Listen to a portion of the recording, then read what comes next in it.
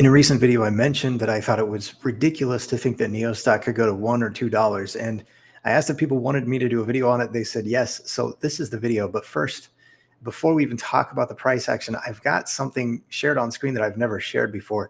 This is the NIO Reddit mentions, and this is the history of NIO stock. And what you'll notice is where the most mentions were happening was during the time frame when the stock price ran and eventually would go to new all-time highs over $60. Now, I wanted to show this because I haven't shown it before. I do think there is an element of this that aligns with sentiment. And so if you look at the bottom of the screen on the ticker, I have the 3 short-term price action indicators for NIO that I track. And one of them is sentiment. And this is a simple way to kind of cross-reference or check the interest in NIO, but there's another one as well, and that's the trade volume. So with the full history of NIO stock, when we saw NIO stock make its big run during this kind of time frame, it was late 2020, early 2021. It was not uncommon to see hundreds of millions of shares traded daily of NIO stock. Now, fast forward to a little more recent, and this is where I want to now start talking about the price action in the shorter term and include why I think it's ridiculous that we could see a $1 or $2 stock price. But I've got to connect some dots here first. So bear with me as I try to do that.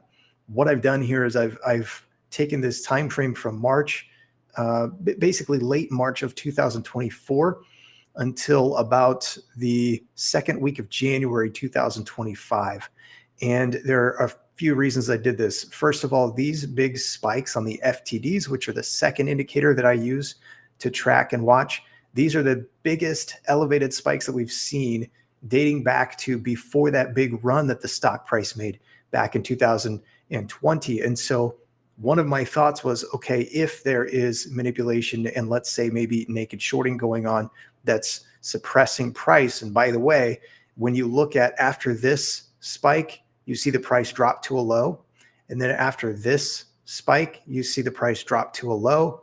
We saw another spike, and sure enough, the price comes back down. So that's why I've kind of identified the FTDs as an indicator. The problem with those is we don't get access to them real time. They're delayed, lagged data. And so we don't even know what days necessarily that these fills to deliver were actually happening. We just know the day they were reported, and we don't see that till after the fact. So the reality is we don't get access to real-time data, and that's just what it is. But the trade volume is really key. It's really important in the short-term time frame. And so here's what I mean.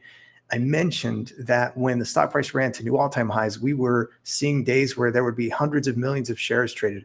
Well, in this time frame, and let me reference my notes here, NIO stock from this point in roughly March, about the 22nd of March in 2024 until right here, which is September the 4th, roughly in 2024, there was only one day where there were over 100 million shares traded through those months. And the price range, it was basically, range bound. The price didn't go below the kind of $3.67 or $3.70 level, and it didn't go above the $5.85 level. So it was very range bound for those months.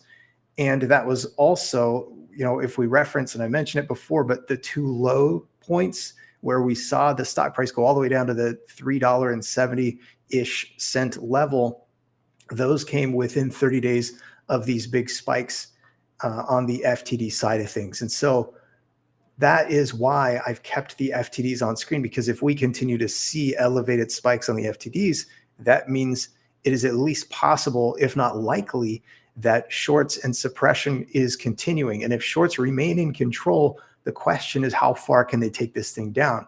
And for that, I want to go back and now kind of tie things together as to why I think the $1 to $2 range is ridiculous for NIO stock. Understanding that there are a couple of things that happened when we saw the big trade volume spike and the interest level sentiment obviously was very high for NIO stock. We were seeing those 100 million and above shares, traded on individual days, single days, repeatedly during this time. We also saw, as we look back, the FTDs dropped off significantly. Within a 6-month time frame, we saw the NIO stock price go from about $3.50 to $55. Now, conversely, even with this obvious downtrend that's gone, let's say 3.5 years, it's not quite 4 years yet, but 3.5 years of a downtrend with increasing FTDs and shorts almost certainly suppressing and targeting this stock, especially as it's heavily held by retail investors. So perhaps, and I've suggested it before, this may be getting treated as a meme stock. And if that's the case, even with all this suppression, all this negative price pressure, all of the potential FTDs, naked shorting that could be going on, and yet it still took them, I'm talking about shorts, it still took them 3.5 years to get the price from $45 to the lowest they've taken it is about that $3.67 or $3.70 level. That's about as low as they've been able to get it. And that comes off of the heels of very low trade volume and spiking FTDs, which means it's hard for me to imagine and envision a scenario where shorts, where they've had this low trade volume and the opportunity to take it down about as low as they can, and yet they haven't taken it down to the $3.70 or below that $3.70 level. Now, I'm not ruling much out, which is why in mid-January I did this video and talked about, and I showed a picture of what looks like high frequency trading, which I seem to see a lot of times before the market is open or after it's closed. And with that, I was thinking, okay, if we see continued FTDs reported moving forward, at least in the short term, maybe we do see a revisit of that $3.70 level. However, if we don't see that, and if we continue to see what has been ongoing, which is this low trade volume, then that makes it seem even less likely than ever that we'll even go down to $3 per share. So that's my sort of trying to connect dots and using a little logic, but also looking at the history, recent and the full history, trading wise, of NIO Stock. Now, here's a bonus for you, because this is, and it's just a brief clip I'm going to play, but this is also one of the things I try to do is get a sense or an idea of the lens that others use. And so Charles Payne said this in a recent interview with Tom Hayes. 60. People used to hold stocks 6-7 years. Yep. It's down to 5 months. That was very telling for me to hear that. And I think this could certainly be the case with Wall Street as well. I remember watching Wall Street analysts who were covering NIO Stock trail the stock price when it moved up. And now we've seen them trail it back down. And so I just wonder if the short-term lens is in play across the board for the majority of investors, even including the big money on Wall Street. So, regardless of that, I've maintained and kept the 3 short-term stock price indicators at the bottom of the screen on the ticker, because I think the trade volume is the easiest indicator for us to track and watch daily. And then the FTDs, which are delayed lag data, but they are apparently an indicator. If when they spike and we see the NIO stock price come down within 30 days of them being reported, especially when there's low trade volume, that can be an indicator of what's happening and that shorts remain in control. But the sentiment also matters, which is why, again, I wanted to share that data that I had never shared before. And this is, the NIO Reddit mentions, again, back when NIO Stock made its big run, and you just see things have dropped off. The interest level, the sentiment is very quiet, if not negative. And if by what NIO has published and suggested that there are bad actors out there intentionally spreading false news and narratives and misinformation about them, then, how fascinating does that make this, especially if NIO does end up being the Goliath, the juggernaut, the long-term, as I see it, an IDE, an innovative driven enterprise. The level of disruption that this company can cause because it's doing things so differently and in such a unique fashion, I think is what sets it apart. And I credit the guy who runs the company, the CEO, William Lee. I call him Mr. EQ because he's not only brilliant with his IQ, I'm pretty sure he's tested pretty high with that, his EQ, and being able to see things into the future that I think few have yet recognized is one of the things that sets him apart and sets his company apart potentially, because this is his vision, his baby. His view is long-term. And so I've aligned myself with that, because why would I want to go against the guy who is running this company, who's had this vision, who is seeing things into the future? If his view is long-term, it just makes sense for me to have a long-term lens.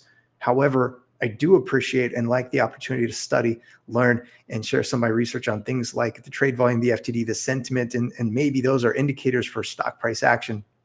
I think it's really fascinating to see how after these, 3.5 years of sort of negative price actions, so many people, even, quote unquote, neo longs, are frustrated, and their emotions seem to be governing them in what they put out there, whether it's on social media or just in the comments section on some of the videos. I understand the frustration, but having the long-term and big picture lens and view, and then recognizing these things that appear to be happening in the short term that have more of an impact and effect on the stock price. By the way, I'm going to go back and show you something else too, because I also noticed this when I was tracking this data.